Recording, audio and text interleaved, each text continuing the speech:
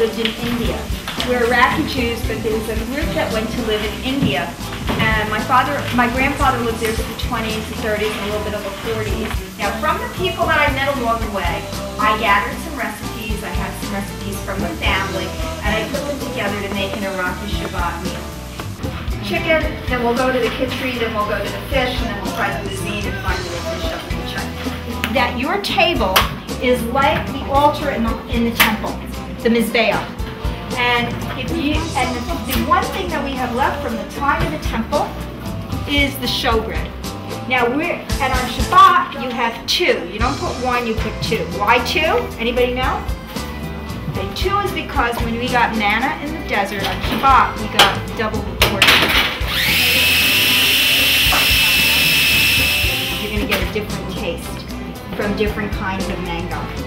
On Shabbat, it's a tradition among many Jews, not only Sephardic Jews, to have fish. And it's because the numerical equivalent of Dag, which is a Dalet and a Gimel, is 7 days of the week. And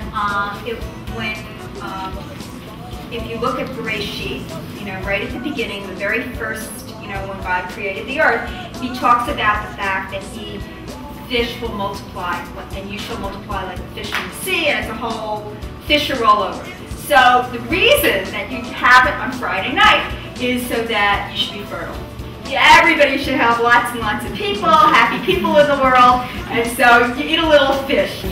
So it's an important technique in Iraqi cooking and also in Indian cooking, not to fry things, but to get them translucent with olive oil. So we want to get the chicken brown.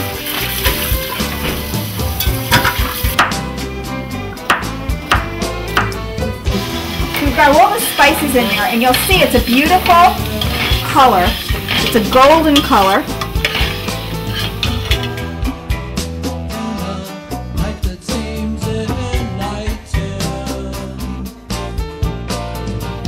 You're each going to get a little taste. It's not going to be a big taste, but you're going to get a little taste of this. You don't want to cook things for longer than they need to be cooked when you're talking about fish, because the fish will just fall apart and it won't have quite the consistency you're looking for. So one of the tricks with cooking is not to overcook things, even though a lot of things that we're talking about on Shabbat are going to go in the oven. This is when you're going to want to cook, and you're going to want to cook it, and then you're going to want to take it off, and then just reheat it when you're ready to serve it on Shabbat, so you don't overcook it. This is about where you want it. Now I'm going to cover it. Okay, and there we go. And we're not going to touch it again. Let's cut up the chili.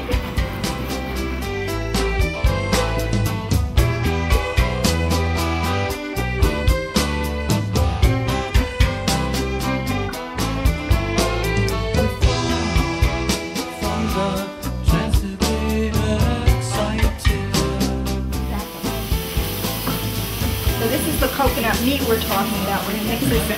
The next thing we're going to do is we're going to do the last dish, which is our dessert.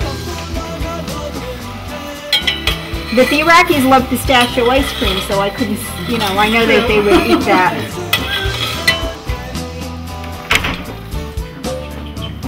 And basically this is what it looks like. It's pretty easy to make. You're just adding sugar and pistachios. Now almonds would be a nice way to do this also.